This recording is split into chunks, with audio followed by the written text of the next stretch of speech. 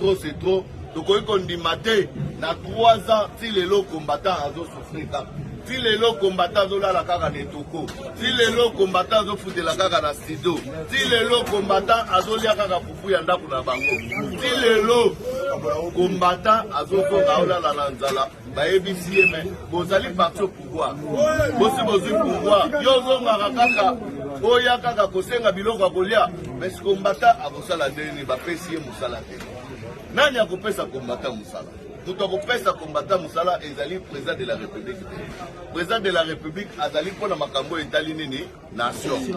Makambo etali mboka. Akopesa baye ya mboka misala. Mais batu oyo bazo gérer parti. Président oyo azo gérer parti. Nde mutu azali censé ya ko identifier ba combattant pona kopesa bango misala. Mais ye moko na identification to musala ona na nini? Est-ce que Bondimiki, il est pèse au pouvoir 3 ans si les lots, carte dans la raté? C'est ça normal, il est pèse au pouvoir, tous les gens qui sont en permanence. Mais il y a des bijoux. C'est ça normal, 3 ans il est pèse au pouvoir, de continuer à souffrir. Voilà pourquoi Bissot Tolobi, trop c'est trop. Voilà. Trop c'est trop.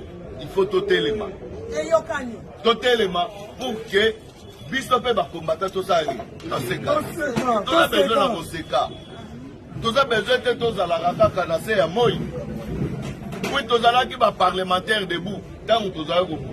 Les autres continuent à cause la parlementaire debout. To bundi na opposition.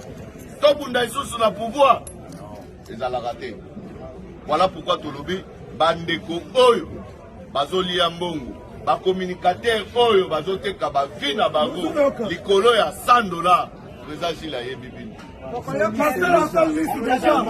Et puis bozoyo kata sonité mutu lokola président Gilles bo benga po ya kozwa $100 $100 pour ça na moni.